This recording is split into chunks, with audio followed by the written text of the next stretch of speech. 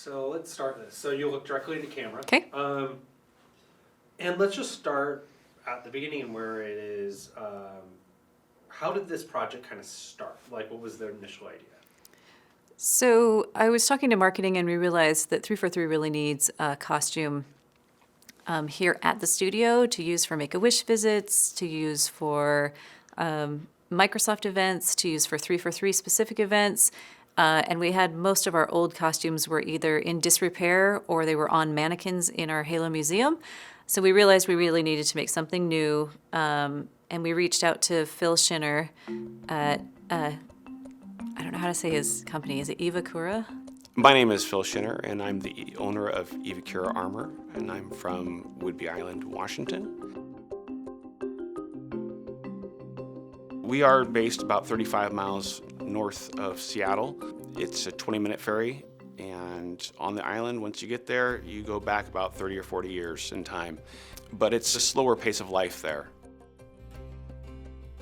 The 405th is our amazing cosplay community for Halo. Lucky enough that here in the Seattle area, we have a very large and active contingent of people in the 405th. They make all different kinds of suits. Phil Schinner's part of that community, and he had made an amazing Master Chief costume, and that's kind of how we knew about him. One of the reasons why I built the Halo 4 Master Chief out of EVA foam was because I had dreams and desires to one day build a suit for a game company, and if I had my choice, it would have been 343 Industries. And my dream came true. We realized when we took on this project that we would definitely need to upgrade the shop substantially, so immediately went out and purchased 3D printers, supplies for the build itself, which would be silicone and urethane plastics, dyes, tints, mold release, all these different things like that. Then from that point, once we gathered all these parts together and all these tools, we were then ready to start working on the project itself. This is Project Mjolnir. So the Master Chief wears a suit of powered assault armor that in Halo we call it Mjolnir, from Project Mjolnir.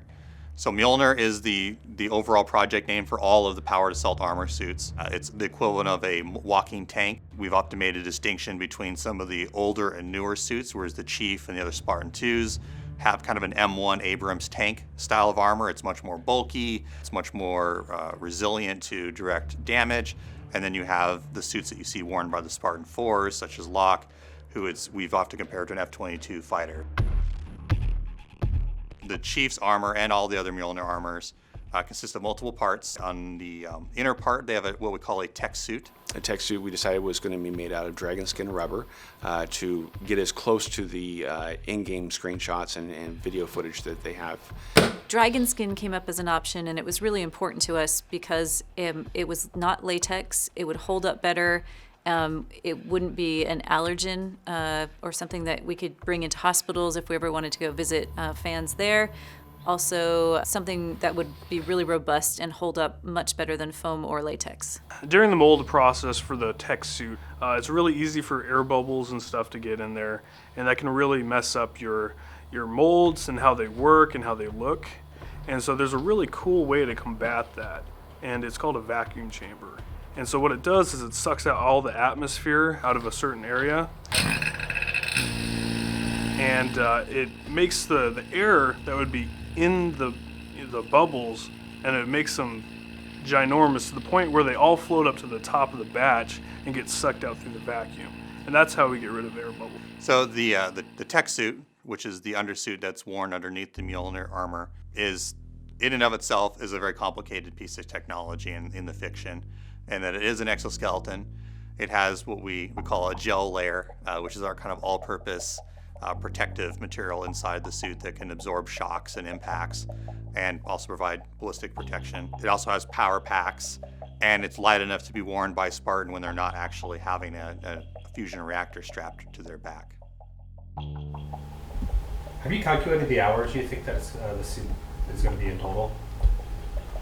No, we have not. We're afraid to. Yeah, so like on average, 12, 13-hour days.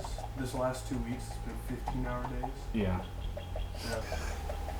And that's just myself. That doesn't include anybody else I've had helping too. So there's been an incredible amount of help with this.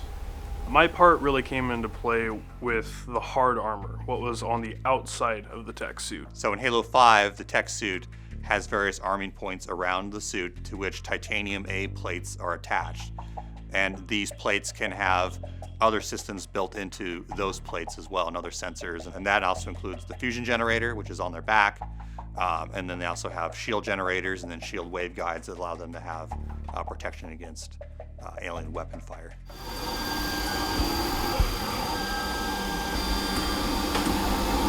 For the armor pieces, it was the process of printing out those parts and then cleaning that up. Sanding. I'm gonna say sanding one more time because that's how much it is. Preparing the surface to as closely match the end result that you can get. And then making a mold of that part. After a final cast comes out of the mold, what you need to do is take off the flashing, sand some blemish areas if you have any, and then really after that, it's straight to primer, straight to paint. We did a technique on the Chief build that is called faux latex chipping. And basically, you have the primer coat of paint, and then you do a chrome coat of paint.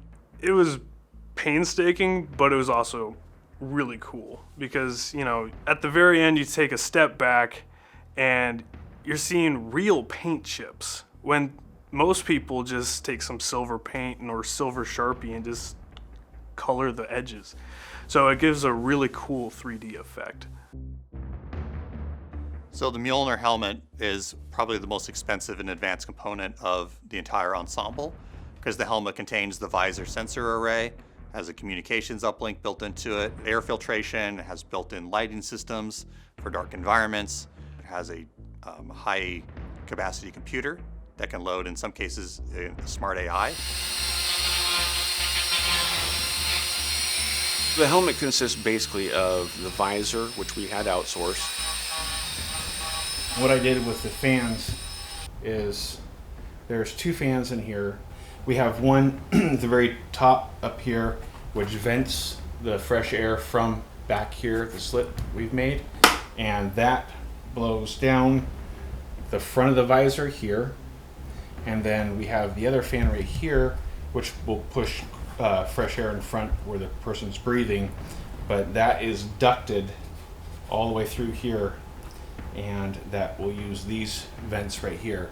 So these vents are actually used. We also added in the lights, which there are 4 of, and then in addition to that, we also put in a wireless communication package.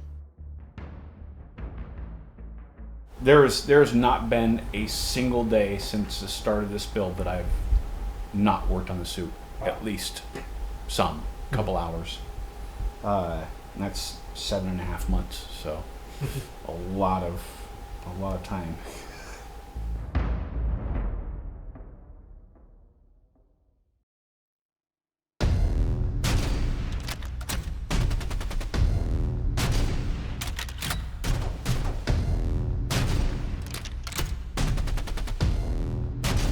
It's a major privilege. Since day one when Phil asked me for help, it was all hell yes and just full inertia and it was all emotion.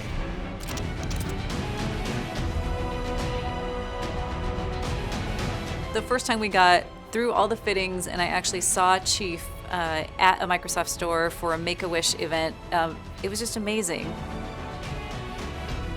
Just the sheer amount of craftsmanship and artistry that went into crafting the suit to make it as accurate as possible to what you see in the actual game was extremely impressive.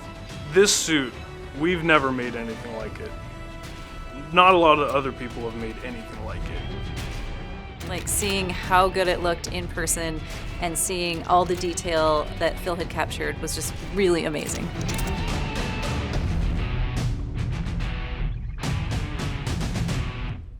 Do you like your job? I love my job. I wouldn't trade it for anything.